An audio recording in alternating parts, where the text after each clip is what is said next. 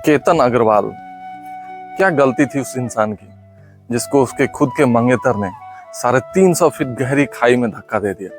आपको नहीं करनी थी शादी, आप आसानी से मना कर सकते थे, आप अपने पेरेंट्स को बोल सकते थे। अगर आप एक बार भी केतन को बोल देते ना मुझे आपसे शादी नहीं करनी है, तो बंदा कभी आपसे जबरदस्ती शादी नहीं करता। किसी को जान से मारना कहाँ तक सही है?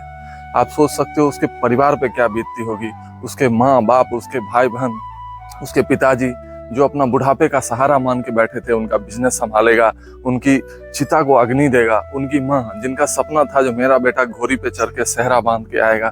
क्या सपने होते एक पेरेंट्स के, और उस सबको आपने एक झटके में तोड़ दिया। कैसी सोच है ये आप लोग बताएं। पहले तो ये घटना पूरी तरह से हादसा लग रहा था, और जो सिया ने पूरी तरीके से प्लान किया था उसमें दिख भी रहा था जो पैर फिसलने से केतन की मौत हो गई। लेकिन उनकी बहन को शक हुआ, बार बार जब उनसे सवाल जवाब किया गया तो पता लगा उनका जवाब कभी कुछ, तो उस पर शक हुआ। फिर पुलिस ने जब बाद में इन्वेस्टिगेशन किया तो उनके पैरों के नीचे से जमीन खिसक गई। 4 दिन पहले भी केतन को मारने की कोशिश की गई थी, लेकिन वो बच गए। अब सोच सकते हो केतन के माइंड में क्या चल रहा था। उनको थोड़ी सी भी भनक नहीं थी कि मुझे बार बार मारने की कोशिश की जा रही है। उसके बाद फिर धक्का देके मार दिया गया उनको।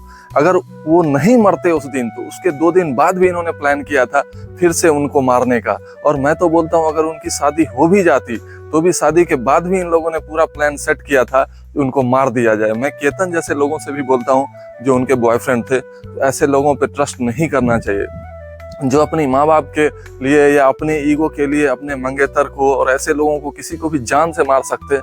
वो आपके साथ भी कभी लॉयल नहीं रहेंगे, वो कभी मौका आएगा तो आपको भी जान से मार सकते हैं। और आप देख सकते हैं चेतन जो उनका बॉयफ्रेंड था, उनका परिवार भी पूरी तरीके से बर्बाद हो गया।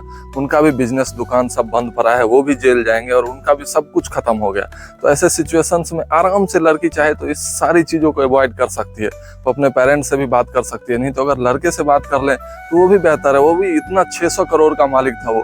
उन्होंने उदयपुर में पूरा डेस्टिनेशन वेडिंग प्लान किया था जिसका खर्च 17 करोड़ रुपए था। सोच सकते जो आदमी शादी में 17 करोड़ रुपए खर्च सकता है। इतने बड़े व्यापारी थे, इतना पढ़ा लिखा होनहार लड़का, कोई कमी नहीं था उसके अंदर। बर्थडे के ऊपर इतना ज्यादा उन्होंने खर्च किया, इतना ज्यादा गिफ्ट किया जो उसकी मंगेतर खुश हुआ। और उस मंगेतर ने उनके साथ ऐसा धोखा किया, उनके दिमाग में ऐसी ऐसी चीजें चल रही थी जो इनको जान से मारना है, जिसका उनको कानों कान खबर नहीं हुई। तो पता नहीं दुनिया कहाँ जा रही है। आप लोगों को अगर कुछ बात करनी है तो कमेंट में बोल सकते हैं।